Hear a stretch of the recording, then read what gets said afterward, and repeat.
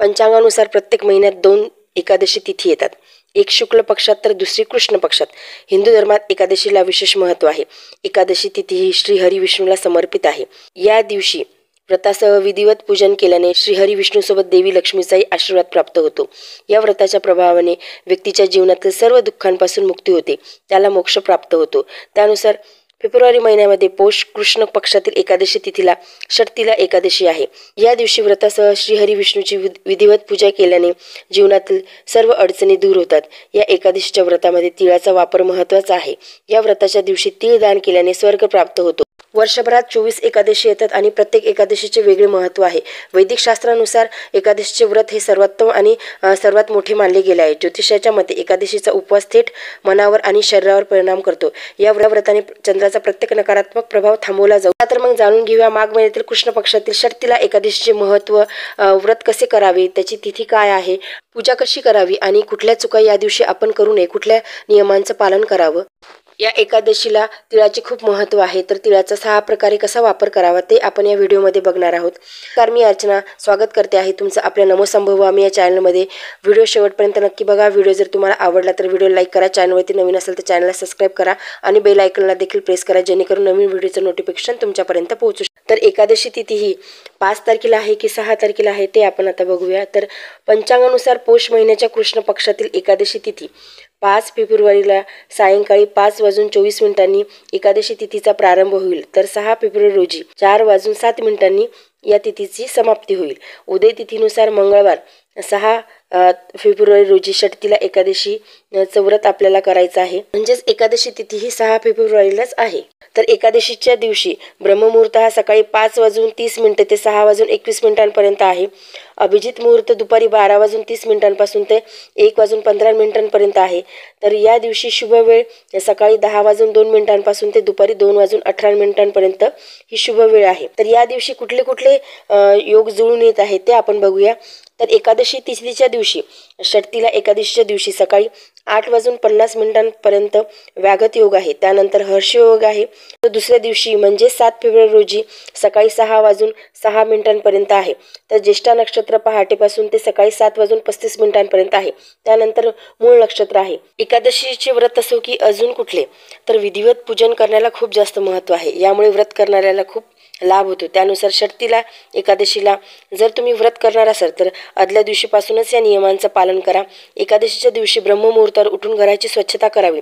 त्यानंतर स्नान करून देवाचे ध्यान करत व्रताचा संकल्प घ्यावा. पौष महिन्यातील कृष्ण पक्षातील तिथीला एकादशीला षटतिला एकादशीचे व्रत केले जाते. या दिवशी भगवान विष्णूची आराधना आणि नियमानुसार उपवास केल्याने इच्छित फळाची प्राप्ती होते. या दिवशी जो साधक श्री हरिविष्णूंची पूजा करतो, त्यांना तीळ अर्पण करतो, तिळाचे दान करतो आणि स्वतः तिळाचे सेवन करतो, त्याच्या आयुष्यातील सर्व संकटे दूर होतात. षटतिला एकादशीच्या दिवशी तिळाला खूप जास्त महत्त्व आहे. तर शास्त्रानुसार तिळाची उत्पत्ती ही श्री हरिविष्णूंच्या घामापासून झाली होती. यामुळे षटतिला एकादशीच्या दिवशी तिळाचा आपल्याला 6 प्रकारे वापर करायचा आहे. आपल्या जीवनामध्ये सुख, शांती, धन, वैभव प्राप्त व्हावं यासाठी आपल्याला ह्या सर्व गोष्टी करायच्या आहे. माघ महिन्यात येणारे या एकादशीच्या मध्ये भगवान श्रीहरी विष्णूची विधिवत पूजा करण्यासोबत उपवास करण्याची ही विधी आहे. पूर्वपार ज्या परंपरा लावल्या आहेत त्या आपल्या चांगल्या हेतूनच लावलेल्या आहेत. आपल्याला त्यातून आरोग्याची प्राप्ती व्हावी यासाठीच या सगळ्या गोष्टी पूर्वपारपासून चालत आलेल्या आहेत. तर षटतिला एकादशीच्या दिवशी आंघोळ करताना आंघोळीच्या पाण्यामध्ये तीळ टाकावे. यानंतर या पाण्याने आंघोळ करावी. असे केल्याने रोगराई दूर होते, आध्यात्मिक ऊर्जा विकसित होते. तर तुम्ही तिळाच्या तेलाने मालिश देखील करू शकता. तर षटतिला एकादशी थंडीच्या दिवसामध्येच येते, त्यामुळे आपल्याला सर्दी आणि काही फ्लू, ताप वगैरे झाला असेल तर मालिश केल्याने आणि या आजारांपासून आपल्याला मुक्ती मिळते. त्या दिवशी आपल्याला श्रीहरी विष्णू यांना तिलदोक करायचे आहे. म्हणजेच आपण जे पंचामृत करतो त्यामध्ये तीळ मिसळून देवाला स्नान घालायचे आहे, देवाचा अभिषेक करायचा आहे. याशिवाय पितरांना अवश्य तीळ अर्पण करावे. यामुळे श्रीहरी विष्णू देवासह पितरांचाही आशीर्वाद आपल्याला मिळतो. आणि एकादशीला दानाला खूप महत्त्व आहे. एकादशीच्या दिवशी आपल्या धार्मिक ग्रंथामध्ये दानाला खूप जास्त महत्त्व दिलेलं आहे. आणि षटतिला एकादशीच्या दिवशी तिळाचे दान करावे. आपल्या धार्मिक ग्रंथानुसार षटतिला एकादशीला तिळाचे महत्त्व सांगितले आहे. त्याच्या दानाला खूप जास्त महत्त्व सांगितले आहे की जेवढे आपण तीळ दान करू तेवढे आपल्याला पापांपासून मुक्ती मिळते. आणि काळे तीळ दान केल्याने कुंडलीतील दोषांपासून आपल्याला आराम मिळतो. एकादशीच्या दिवशी विधिवत पूजा केल्याच्या नंतर हवन साहित्यामध्ये काळे तीळ मिसळावे. करावे, यानंतर हवन करताना ते त्यामध्ये अर्पण करावे.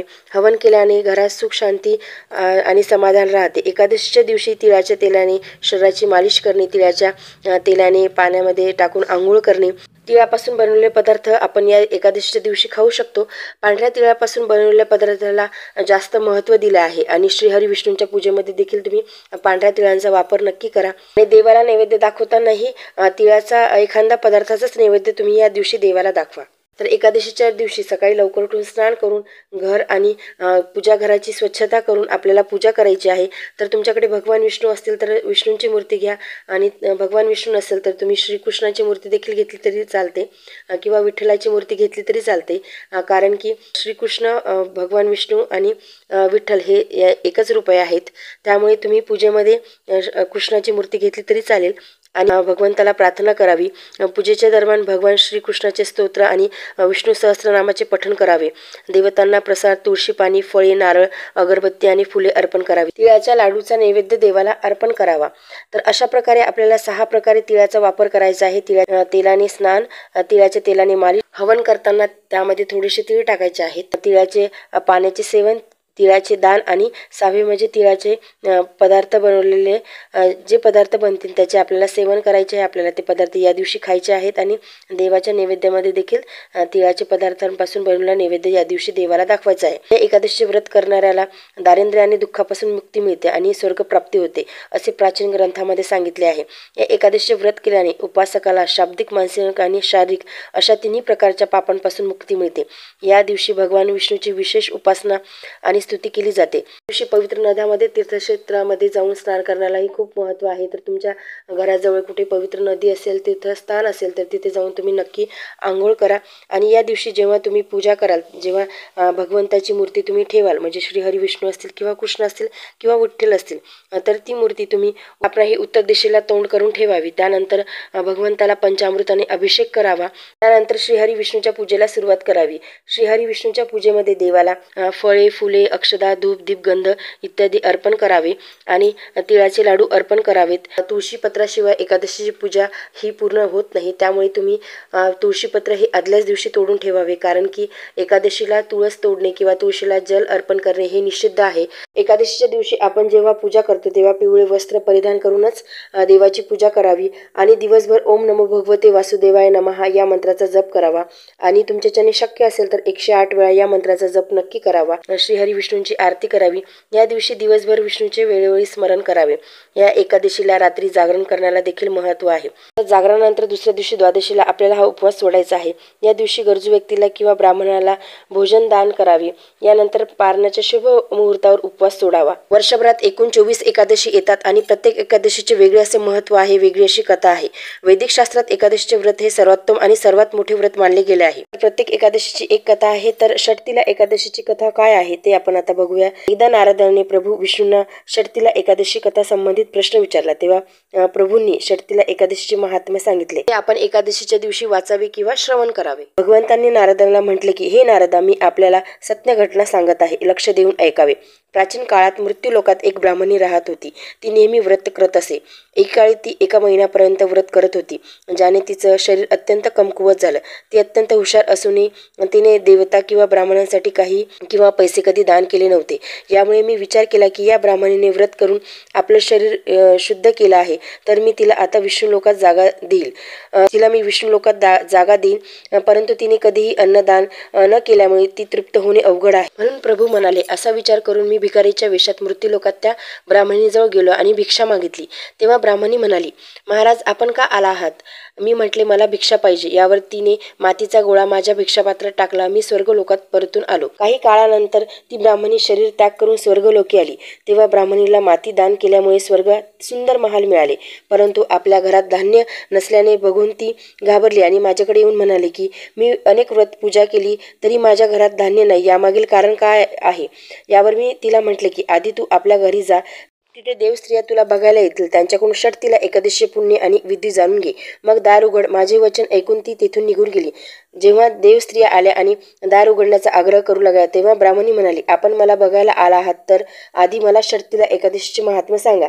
त्यापैकी एका देवस्त्रीने तिला षटतिला एकादशीचे महात्म्य सांगितले. तेव्हा तिने दार उघडले. देवगणांनी तिला बघितले की ती गंधर्वी किंवा आसुरी नसून मानुषी आहे. त्या ब्राह्मणीने सांगितल्याप्रमाणे षटतीला एकादशीचे व्रत केले आणि त्या प्रभावाने ती सुंदर आणि रूपवती झाली. तिचं घर धनधान्याने भरले.